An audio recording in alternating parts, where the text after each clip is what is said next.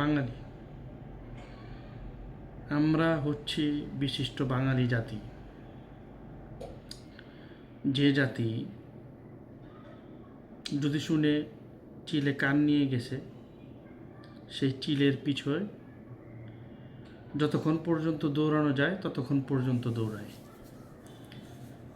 এই জাতি ধ্বংস করে দিল সব কিছু।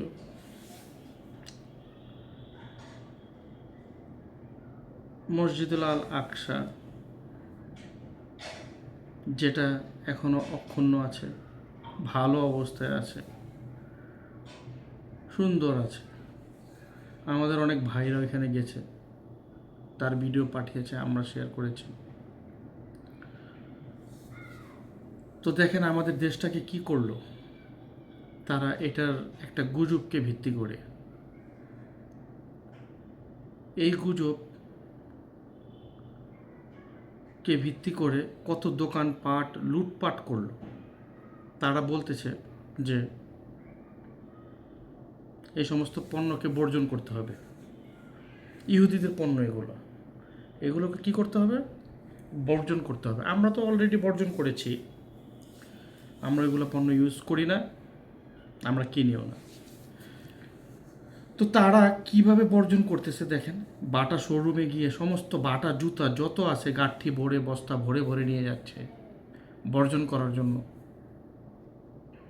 তারপরে বিভিন্ন KFC থেকে বিভিন্নভাবে লুটপাট করে এগুলোকে বর্জন করবে ঘরে নিয়ে।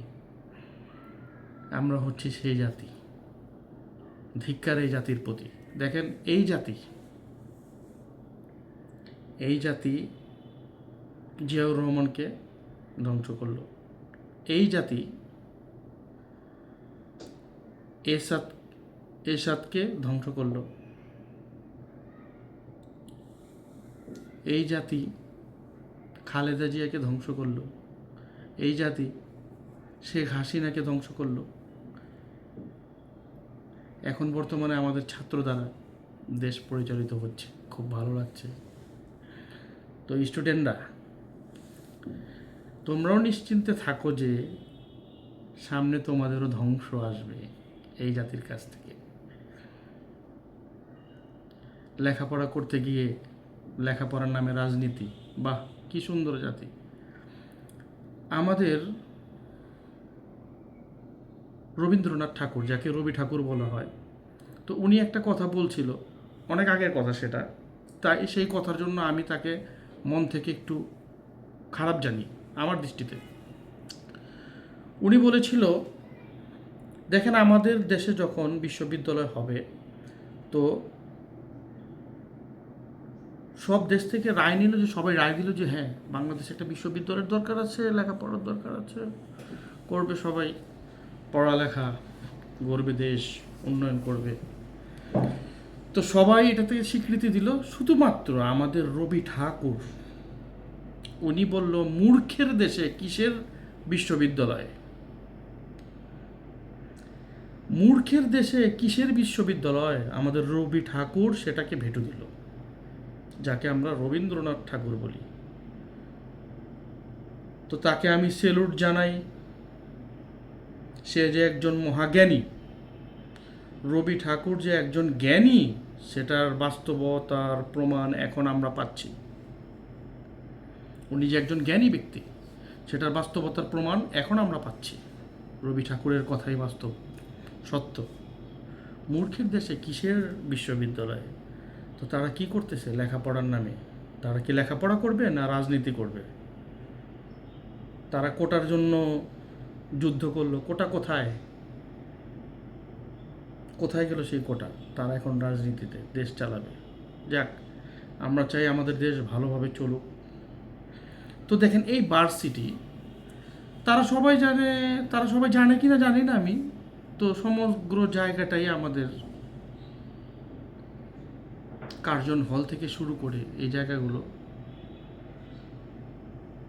অন্য আরেকজনের জায়গা। সেখানে ভার্সিটি গড়া হয়েছে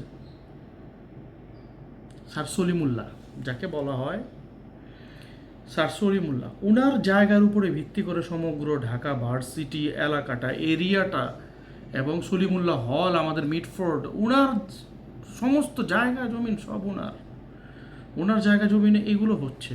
তো রবি ঠাকুর বলেছিল মূর্খের দেশে কিসের বিশ্ববিদ্যালয়। তো এই বিশ্ববিদ্যালয়ে আমাদের রবি ঠাকুরের বার্থডে পালন করা হয়, এই বিশ্ববিদ্যালয়ে রবি ঠাকুরের জন্মদিন পালন করা হয়, এই বিশ্ববিদ্যালয়ে তার মৃত্যু দিবস পালন করা হয়, যে নাকি এটাতে ভেটু দিয়েছিল ঢাকা ভার্সিটিতে, যিনি এটাতে ভেটু দিয়েছিল যে মূর্খের দেশে কিসের বিশ্ববিদ্যালয়, তার নামে এগুলো হচ্ছে, তার বই পড়া হচ্ছে, তার বই শত শত মানুষ পড়ছে। তো আমি তাকে ধন্যবাদ জানাই, সে যে একজন মহাজ্ঞানী, সে এই কথা দ্বারা প্রমাণ করে দিয়ে গেছে, সেটা উনি বুঝতে পেরেছে, যার কারণে উনি এই কথাটা বলছে।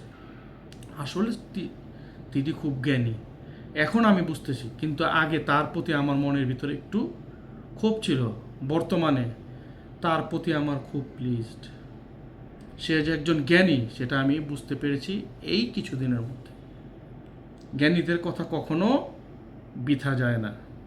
তো দেখেন তার বার্থডে পালন করে, অথচ যার জায়গায় ভার্সিটি গড়ে উঠেছে, বিভিন্ন হল গড়ে উঠেছে, স্যার সলিমুল্লাহ স্যার, উনার নামে না জন্মদিন, না বার্থডে, না তার নামে ফাতেহা, তার নামে কোনো মিলাদ, তার নামে কোনো খরচ, তার নামে কোনো খেলাধুলা, কোনো কিছু দেখি না।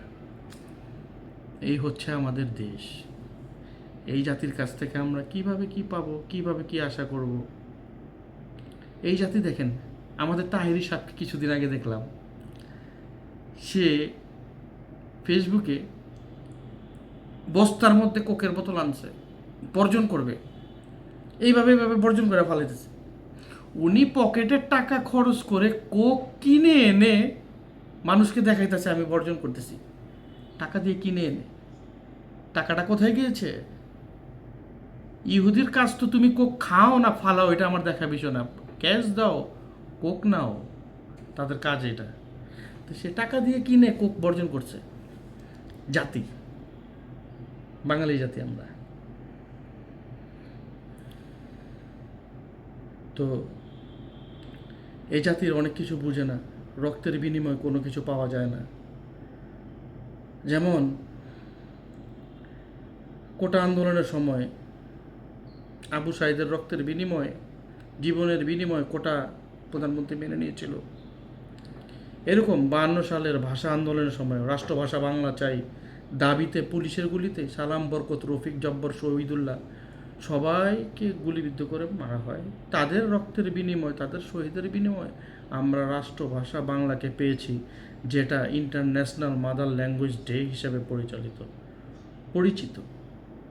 যেটা ইন্টারন্যাশনাল মাদার ল্যাঙ্গুয়েজ ডে, শুধু বাংলা ভাষা না, ইন্টারন্যাশনাল মাদার ল্যাঙ্গুয়েজ ডে মানে সমগ্র বিশ্বে সেটা পালন করা হয়।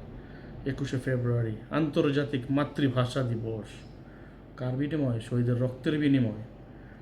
এরকম হযরত ইমাম হোসেন আলাইহিস সালাম তার নিজের রক্ত, নিজের পরিবার সব কিছু বিসর্জন দিয়ে আমাদের দিনকে জাগ্রত করেছে, দিন ইসলামকে প্রতিষ্ঠিত করেছে।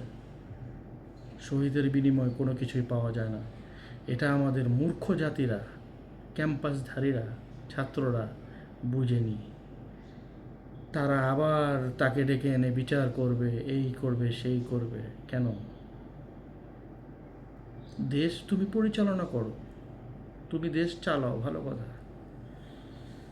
ওকে আসতে দিও না, এটা তোমাদের ভালো কথা। তাকে আনবা, ডাকবা, বিচার করবা, এত কিছু করবা, এত ক্ষোভ, ঠিক আছে, প্রকাশ করবা, করো,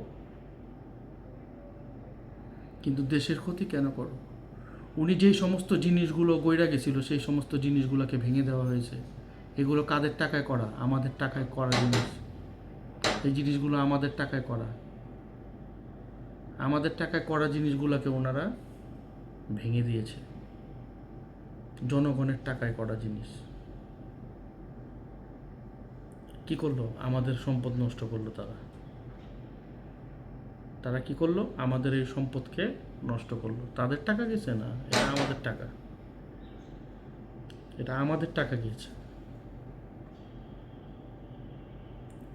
দেখেন মেট্রো রেল অনেক টাকা খরচ করেছিল, এই মেট্রো রেলকে ধ্বংস করলো, ভাঙলো, চুরলো, বিভিন্ন জায়গায় সেতু, বিভিন্ন জায়গায় এগুলো দেশের সম্পদকে নষ্ট করলো। তোমরা, উনি ভুল করে থাকলে ওনার বিচার তোমরা করবা, কিন্তু দেশের সম্পদকে কেন তোমরা এইভাবে করলা? প্রায় 46টার উপরে থানার উপরে হামলা হয়েছে, থানাকে ভাঙচুর করা হয়েছে। এগুলো কি আমাদের দেশের সম্পদ না? এগুলো তো আমাদের দেশের সম্পদ, আমাদের সম্পদ এগুলা। তো এই জাতি থেকে আমরা কি আশা করতে পারি? এই দেখেন আমাদের দেশে এই যে একটাকে কেন্দ্র করে, মসজিদুল আকসাকে কেন্দ্র করে শত শত মানুষ, লক্ষ লক্ষ মানুষ নেমে পড়ল। কিছুদিন আগে আমাদের রাসূল আকরাম সাল্লাল্লাহু আলাইহি সাল্লামকে ব্যঙ্গ করার কারণে লক্ষ লক্ষ মানুষ নামছে। কয়দিন ব্যঙ্গ করা শেষ হয়ে গেছে? 2 দিন নামছে, তারপরে নাই, ভুলে গেছে, রাসূলের প্রেম চলে গেছে। কিন্তু না, আমাদের রাসূলের প্রেম এখন আছে। আমরা এখনও কান্না করি রাসূলের এই সমস্ত জিনিস নিয়ে। যারা ব্যঙ্গ করে তারা কান্না করে না, তারা রোডে নেমে একটু পিকনিক করে, মজা করে, এগুলো করে, আবার 2 দিন পরে বসে থাকে ঘরে। এটা হচ্ছে রাসূল প্রেমিক। তারা মসজিদুল আকসার নামে এই যে নেমেছে, নামার পরে কতদিন থাকবে? কয়েকদিন থেকে তারপর আবার যার যার ঘরে চলে যাবে। এই হচ্ছে জাতি, আমাদের বাঙালি জাতি। ঘরে বসে আরামে ঘুমাবে, নাই চিন্তা, নো চিন্তা ডু ফুর্তি, ঘুম। এই জাতি। তো এদের কাছ থেকে আমরা কীভাবে কী পাবো? দেখেন আমাদের বাংলাদেশে এত এত মাজার, উলিয়া উলিয়া গাউস কুতুবগণের মাজারকে ভাঙা হলো, কাউকে নামতে দেখলাম না। কোনো একটা সাধারণ মানুষকে নামতে দেখলাম না। কেন নামলো না? এই গুজব শুনে নেমে গেল। কারণ গুজবের বাঙালি এরা। এরা রিয়েলিটিতে বিশ্বাস করে না, খাঁটি দুধ খেতে পারে না, তাদের খাঁটি দুধ পেটে হজম হয় না, খাঁটি জিনিস হজম হয় না।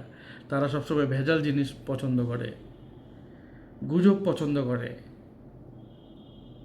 এই জাতি, আমাদের এই জাতি। এই জাতি থেকে আমরা অনেক কিছু পেয়েছি। আমরা ধন্য এই জাতিকে পেয়ে। সামনে আরও ধন্য হব আমরা। আমরা অনেক উপরে চলে যেতে পারবো সামনে, যা হচ্ছে আমাদের দেশে এই জাতি থেকে। তো কবে মানুষ হবে এরা?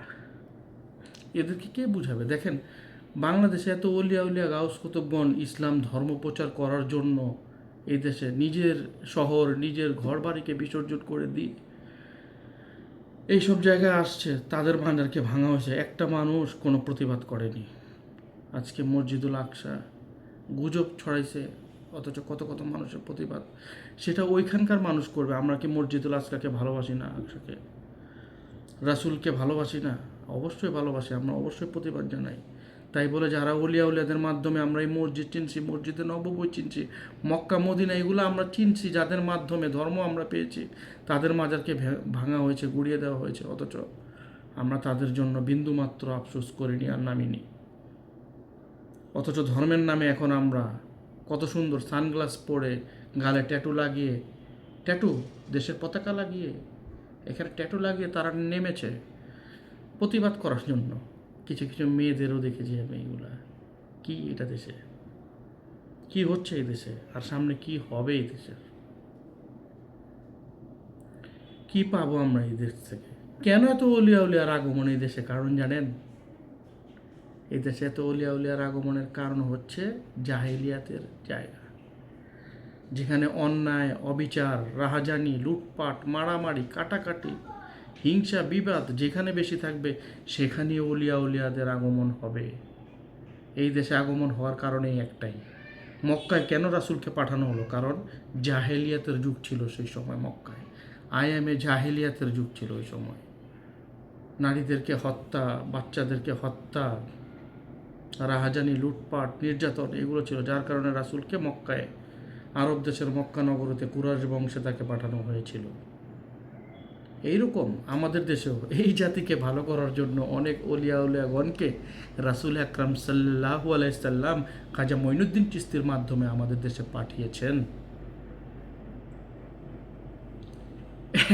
এমন অবস্থা হয়েছে এখন, খাজা মঈনুদ্দিন চিশতি যেই কারণে ধর্ম, যার মাধ্যমে আমরা পেয়েছি ধর্ম, তাকে বলে ভুয়া। নাউজুবিল্লাহ, নাউজুবিল্লাহ, মাফ করো খাজা মঈনুদ্দিন চিশতি, তাকে ভুয়া বলা হয়। কে বলছে? যে মুসলমান হয়েছে তার কারণে, সে যে নিজেকে মুসলমান বলে দাবি করছে, তাকে মুসলমান বানিয়েছে খাজা মঈনুদ্দিন চিশতির মাধ্যমে, সে মুসলমান হয়েছে, অথচ তাকে ভুয়া বলছে। বাঙালি জাতি গর্ব করার জাতি। আমার খুব গর্ব হচ্ছে যে আমি এই বাংলার মাটিতে জন্ম হয়েছি, নিজেকে খুব প্রাউড ফিল করছি। আপনারাও প্রাউড ফিল করেন, এই জাতিকে পেয়ে আপনারা ধন্য হবেন। অনেক কিছু পাওয়ার আছে আপনাদের এদের কাছ থেকে। সব চলে গেছে, এখন শুধু স্টুডেন্টরা বাকি আছে। এই স্টুডেন্টরা তোমরা অপেক্ষায় থাকো এই জাতির কাছ থেকে। তোমাদের জন্য মহাপুরস্কার মহাপুরস্কার তোমাদের জন্য অপেক্ষা করছে এই জাতির কাছ থেকে, তোমরা পাবে। তোমরা অপেক্ষা করো স্টুডেন্টরা। যাক, আমি কোনো রাজনীতিতে নাই, কোনো কিছুতে নাই, আমি একজন সাধারণ জনগণ দেশের। ওই হিসাবে আমি একটু কিছু কথা বললাম, একটু ফান করলাম আপনাদের সাথে। যাক, আমার কথা যদি কোনো প্রকার ভুল ত্রুটি হয়ে থাকে আপনারা ক্ষমার দৃষ্টিতে দেখবেন।